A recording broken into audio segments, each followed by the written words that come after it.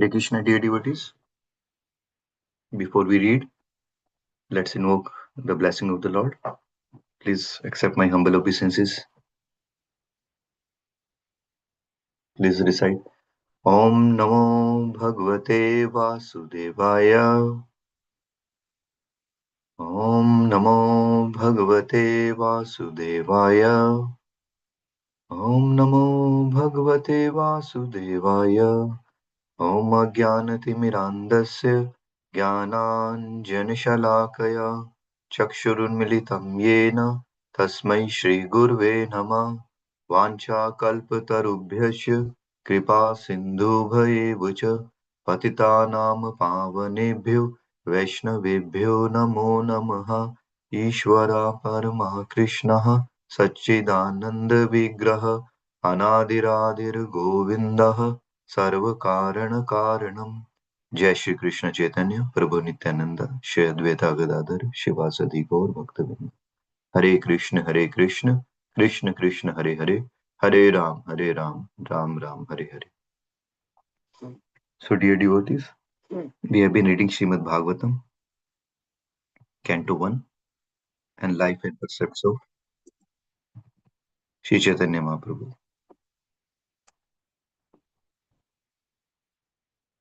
So Ishwar Krishna Prabhu left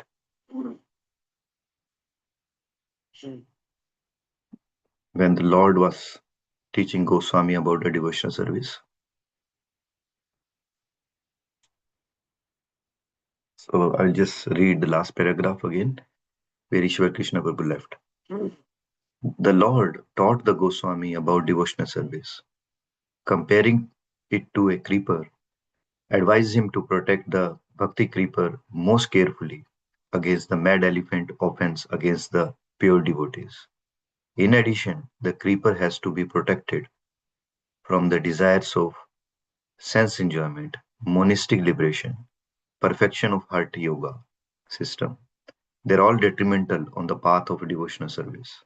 Similarly, violence against living beings and desire for worldly gain, worldly reception, worldly fame are all detrimental to the progress of bhakti or Bhagavata Dharma. Pure devotional service must be freed from all desires for sense gratification, fruitive aspirations, and culture of monastic knowledge. One must be freed from all designations, and when one is thus converted to transcendental purity, one can then serve the Lord by purified senses. As long as there is the desire to enjoy sensually, or to become one with the Supreme, or to possess mystic powers, there is no question of attaining the stage of pure devotional service. Devotional service is conducted under two categories, namely primary practice and spontaneous emotion. When one can rise to the platform of spontaneous emotion, he can make further progress by spiritual attachment, feeling love, and many higher stages of devotional life for which there are no English words. We have tried to explain the science of devotional service in our book, The Nectar of Devotion, based on the authority of Bhakti Rasamrita Sindhu by Srila Rupa Goswami. Transcendental devotional service has five stages of reciprocation. Number one, the self realization stage, just after liberation from material bondage, is called Shanta or neutral stage. Number two, after that, when there is development of transcendental knowledge of the Lord's internal opulences, the devotee engages himself in the Dasya stage. By further development of Dasya stage, a respectful fraternity with the Lord develops, and above that, a feeling of friendship on equal terms become manifest.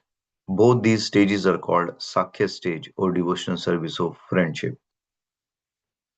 Above this is the stage of parental affection towards the Lord.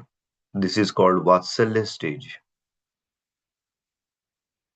And above this is the stage of conjugal love. This stage is called highest stage of love of God. Although there is no difference in quality in any of the above stages. The last stage of conjugal love of God is called Madhurya stage. Thus, he instructed Rupa Goswami in devotional science and deputed him to Vrindavana to excavate the lost sites of the transcendental pastimes of the Lord. After this, the Lord returned to Varanasi and delivered the sannyasis and instructed the older brother of Rupa Goswami. We have already discussed this.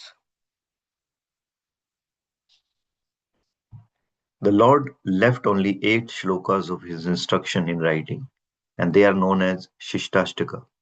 All other literature of his divine cult were extensively written by the Lord's principal followers, the 6 Goswamis of Vrindavan and their followers.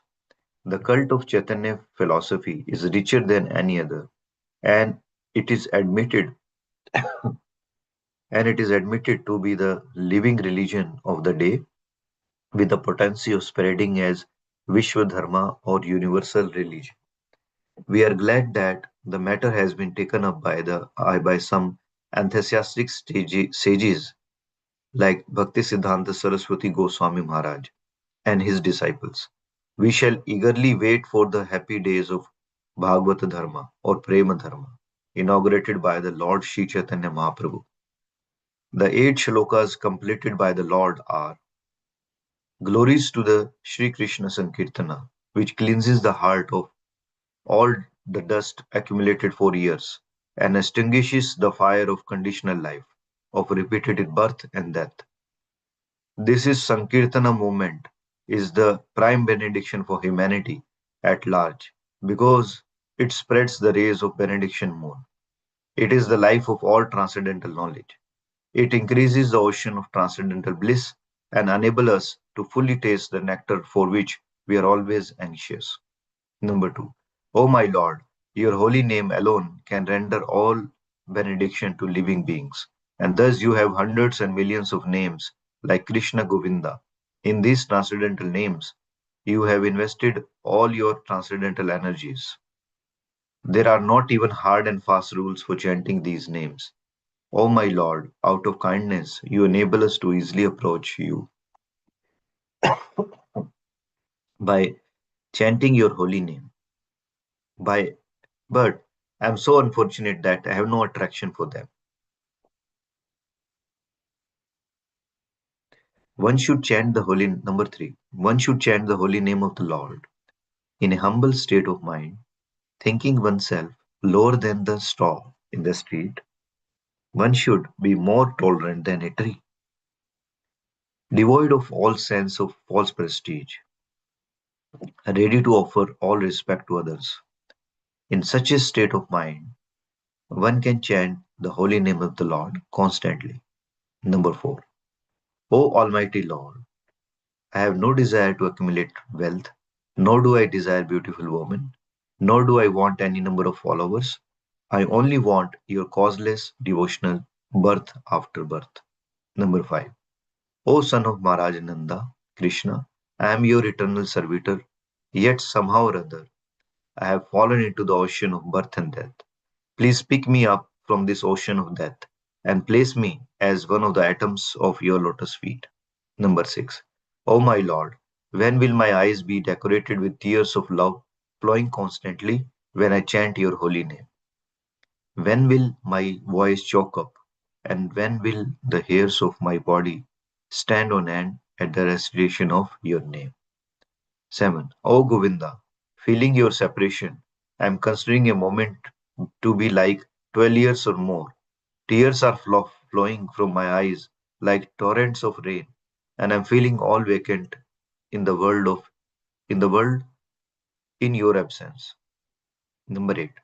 I know no one but Krishna as my Lord, and he shall remain so even if he handles me roughly in his embrace or makes me broken hearted by not being present before me. He is completely free to do anything, everything, for he is always my worshipful, worshipful Lord unconditionally. So this completes the introduction of Srimad Bhagavatam, Canto 1. Now we are moving to Chapter 1, Canto 1, Question by the Sages, and text 1 of first chapter of Canto 1. Om Namo Bhagavate Vasudevaya Janmadiyasya Yatonyavad Itarascharitas Abhiyagna Swarat Tene Brahma Hridaya Adikavaye Muhyanti Yad Suryaha Tejo Varimridam Yatha Vinimayo Yatra Trisargo Amrisha Dhamnam Sevana Sada Nirasakuhukam Satyam Param Dhimahi. Om, O my Lord, Namaha, offering my obeisances. Bhagavate, unto personality of Godhead. Vasudeva, unto Vasudeva, the son of Vasudeva, or Lord Shri Krishna, the primeval Lord. Janmadiyadi, creation, sustenance, and destruction. Asya, of manifested universes. Yataha, from whom. Anvayat, directly. Itaraha, indirectly. Cha, and. Artheshu, purposes. Abhijanaha, fully cognizant. Swarat, fully independent. Tene, imparted. Brahma, the Vedic knowledge. Hrida, consciousness of the heart. Yaha, one who. Adi Kaveye, unto the original created being. Mohiyanti, are illusion. Yat, about whom. Suryaha, great sages and demigods. Teja, fire. Vari, water. Mridam, earth. Yatha, as much as. Vinimaya, action and reaction. Yatra, whereupon. Trisarga, the three modes of creation, creative faculties. Amrisha, almost factual. Dhamna, along with transcendental paraphernalia. Swena, self-sufficiently. Sada, always. Nirasta, negation by absence.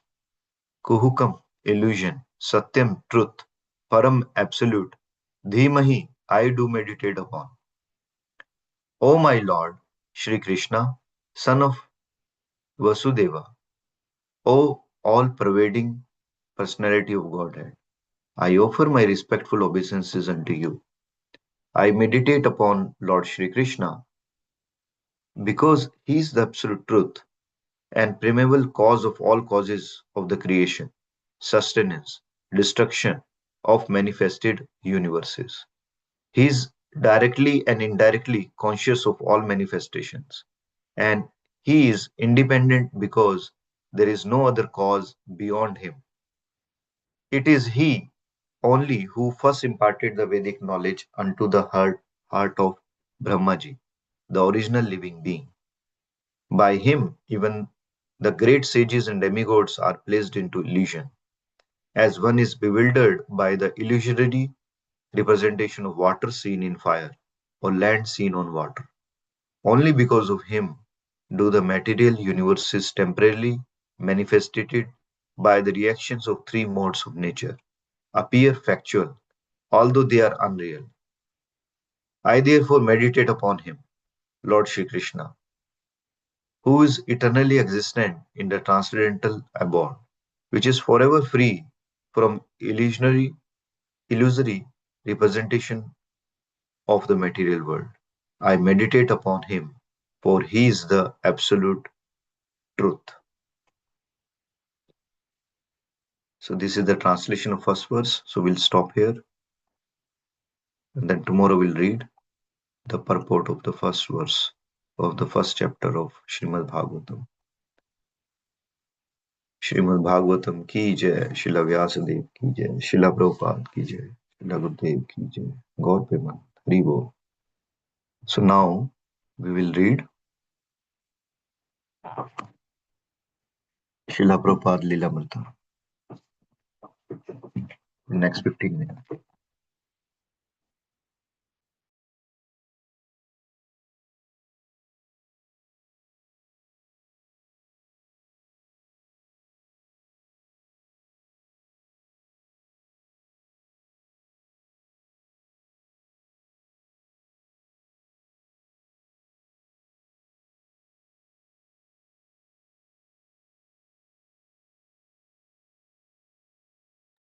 So we have been at chapter 3, Preaching to America, part 2.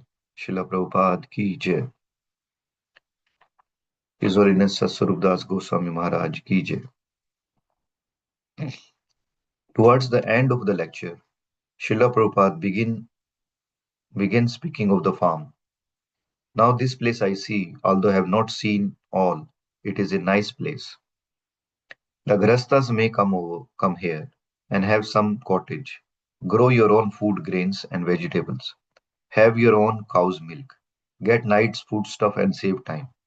Why should you go into the city hundreds of miles in a car and again hundreds of miles back and take unnecessary trouble? Stick to this spot and grow your own food, make your own clothes, and live peacefully. Save time and chant Hare Krishna. This is actual life. What is this nonsense life? Big cities and all these big people busy. To see a friend, he has to go 30 miles. If he has to see a physician, he has to go 50 miles. If he has to go to work, another 100 miles. So, what is this life? This is not life. Be satisfied. A devotee's life should be prayojana. We require material necessities as much as is required, no artificial life. Srila Prabhupada went on to deprecate the life of simple machine, simply machine. He asked the devotees to show by practical example how to live simply and advance in Krishna consciousness. If they could show the example, people will try to follow. Although Nityananda and others had been living on the land for many months, Prabhupada's words gave them the real direction and purpose for the project. It was as if he were now breathing life into his project. Srila Prabhupada went to his room and sat with Brahmananda Swami, Satsvarup Das Goswami, Rishikesha, Jagadisha, and Upendra. When he began speaking about Varna Ashrama, he called for Nityananda. They should try not to use machines, he said. The man and animal should do the work. Nityananda asked whether householders should produce food cooperatively or individual families. They should work together, said Prabhupada. Or what is the use of living in a community center? When Upendra asked how the milk should be used, Srila Prabhupada explained what he called Indian village system. As Nand Maharaj was keeping cows, he said, similarly there are many villages. They have big pan and whatever milk is collected they put into the pan. It is kept on fire and is warm, and the whole family can drink milk whenever they like. Then, whatever milk remains at night, they have to convert it into yogurt. And the next day, they use milk and yogurt, also they like. Then, after converting the milk into yogurt, whatever remains is stored. If there is a sufficient old yogurt, they churn, and then butter comes out. If they take the butter and the water separated from the butter is this called whey. So instead of dal, they use this whey for eating with chapatis.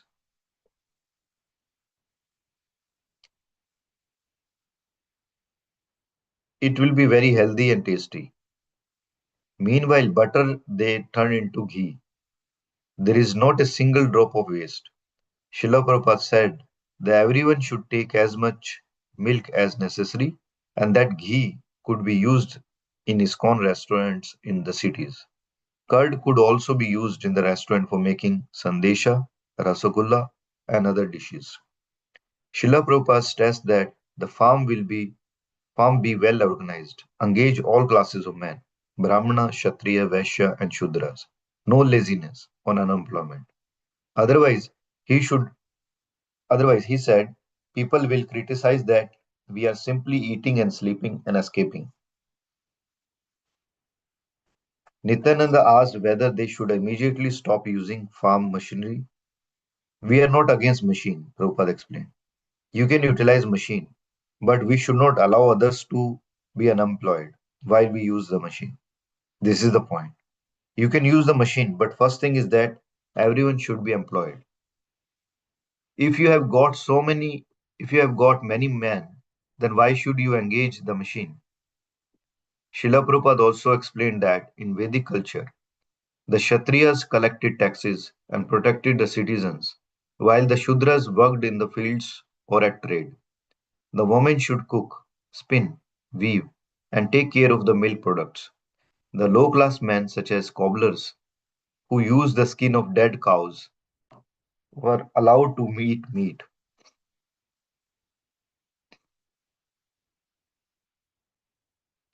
but not that one is professor such and yet he is eating meat. Prabhupada said, this is the way of degraded modern society.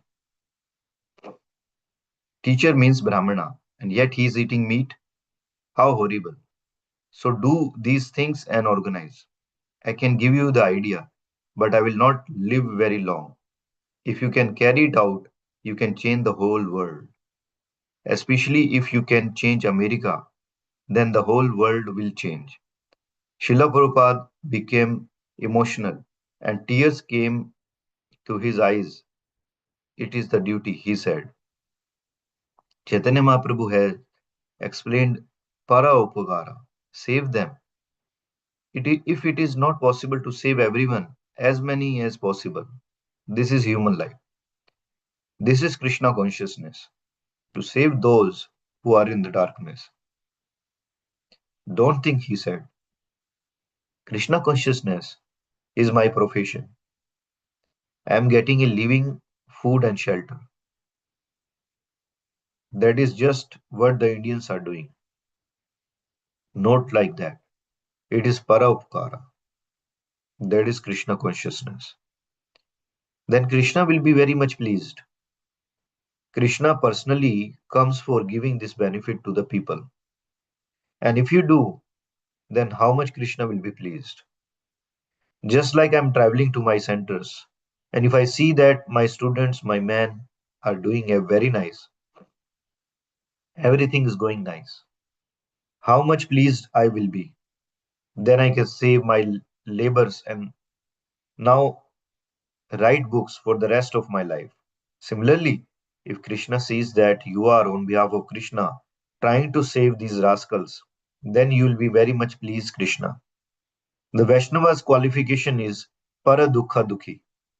He is unhappy seeing others' distress. This is Vaishnava. Srila Prabhupada ended the intimate meeting by rising and leaving the room.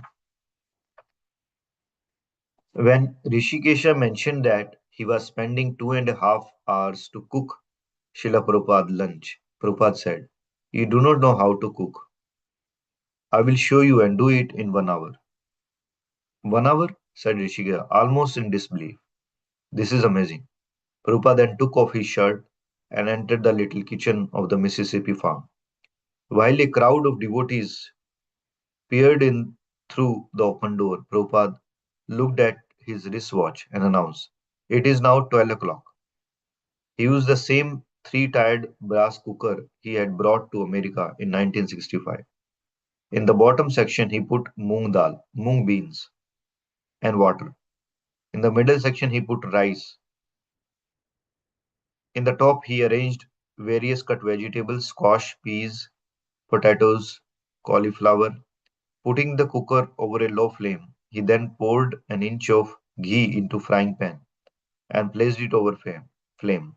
Next, he cut up an eggplant, dipped the pieces into turmeric and salt, and began to fry them in hot ghee.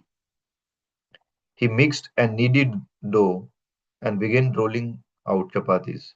Periodically, he checked his wristwatch, and when 45 minutes had passed, he took the cooker stop off and turned it upside down to use as a small frying pan. He put in ghee and cooked some bitter melon, and then deftly added cumin, anise, chili, and asafoetida. He squeezed lemon on the steamed vegetable, and within a few minutes had finished. Srila Prabhupada looked at his watch. 1 hour, he said. We have cooked 9 preparations. He then left the kitchen while his servant prepared his plate. Prabhupada said that everyone who had watched him cook should be given some of the prasadam. About 5 in the afternoon, Prabhupada toured the farm. In the barn, he saw the calves taking milk. How are you using the bulls? He asked. Like a hesitant student, Nityananda replied, to plow. Yes, said Prabhupada, to plow and transport. You have to engage more men for plowing. 2 bulls may be used for each plow. The passing by hayfield, Prabhupada asked why the cut hay still lay in the field. Nityananda explained. He had to wait for it to dry after the rain. Prabhupada warned that rain could spoil the hay. It should be harvested soon. Coming upon 3-acre plot of sugar land, they walked up one row and entered deep into the cane patch, which stood several feet above their heads. Emerging on other side, they came to the edge of the forest pine. These jungles are natural arrangements, said Prabhupada. You cut the trees, make your home, and the balance of it you can make for fuel. Then the ground you can plow and grow your own food. That's all. It's natural. Prabhupada lamented modern society's waste of trees by printing heaps of useless newspapers. He saw the 2 acres of fruit trees devotees had planted, satsumas, peaches, pears, figs, as well as 25 large pecan trees. But he discovered discrepancies. Nityananda had lined up for Prabhupada's inspection 2 tractors, a large forage harvester, a hay conditioner, hay mowers, rakes, a blower, and wagon. But when Prabhupada saw the machine standing in the open, he asked why they were they were not being kept under cover. Nityananda replied, they are still building a shed. In the meantime, it will be finished, said Prabhupada. By the time you finish your shed, they will be rusty and gradually become useless. He quoted a Hindi proverb translated. A woman was dressing to go to a fair, but when she was finally dressed, the fair was already finished. The devotees laughed, but the Nityananda was grave. Prabhupada continued. Utilize these machines, otherwise, while they are in working order, sell them. But don't keep idle in this neglected way. Nityananda showed Prabhupada where 25 acres of sorghum was growing. This grain was for the animals and when harvested would go into silos. So everything is for the animal, asked Prabhupada. Nothing for man? The cow gives us milk, explained Nityananda. That's all, asked Prabhupada. And you are not growing any food grains? Why? Prabhupada's instruction was clear. Just before the walk was over, he began asked Nityananda what the oxen will do. Plough the fields. Nityananda replied, like a student having learned this lesson. Yes, said Prabhupada. That is wanted. Transport and plowing the fields. And unless our men are trained up in Krishna consciousness, they will think, what is the use of taking care of the cows? Better to go to the city, earn money, and eat them. This statement was similar to an instruction Prabhupada had given in various temples after installing the deities of Radha Krishna. If the devotees were not enthusiastic, he had warned the deity worship would deteriorate into mere ritual until finally devotees would resent the Srila Prabhupada, resent the spiritual masters giving them such a burden. Likewise, on the farms, if the devotees did not utilize bulls in the natural way, if they did not use the milk properly, then eventually they would want to get rid of the animals. By conducting things as Prabhupada had taught, however, the devotees, the cows, and the bulls would live cooperatively and happily, and Krishna would be pleased. Although for years Srila Prabhupada had given many practical instruction in the other areas of Krishna consciousness movement, this was one of the first times he had given so many practical directions on conducting Varnashrama society. He felt satisfied and pleased to have seen such a promising Krishna conscious farm community. and re-entering the house, said he was ready to return to New Orleans. He had been a busy and productive day. It had been a busy and productive day in the service of Krishna. Tomorrow would be another. So we finish there. And next section starting in Detroit, August to 1975, which we'll read tomorrow. Srila Prabhupada ki jai. His Holiness Swarup Das Goswami Maharaj ki jai. Anybody has any question, correction, chastisement, realization to share?